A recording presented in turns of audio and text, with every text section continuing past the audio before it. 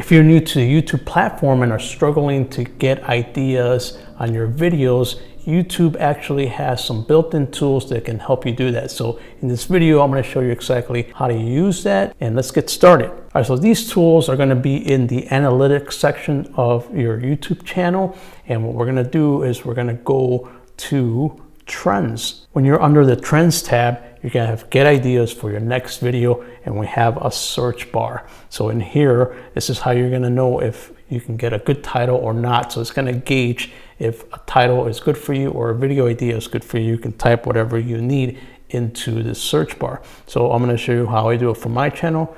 My channel is a guitar-based channel, so that's what I'm going to be searching for my next video, and you can do this for your niche as well. So let's type in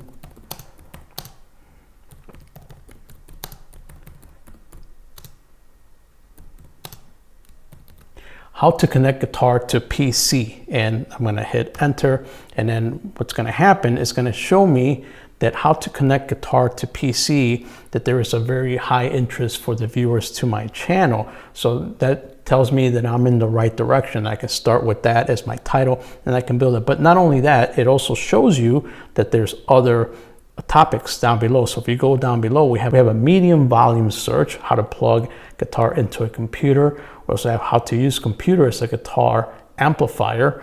Okay, how to connect guitar amp to your, so there, right there, just from typing in that first one, you're getting 3 more ideas. But not only that, it gets better.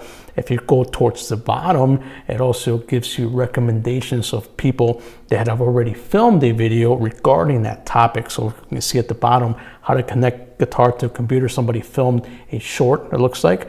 Okay, it's got 394K views. How to connect guitar to a computer, best method. This one has 1.3 million views 5 years ago.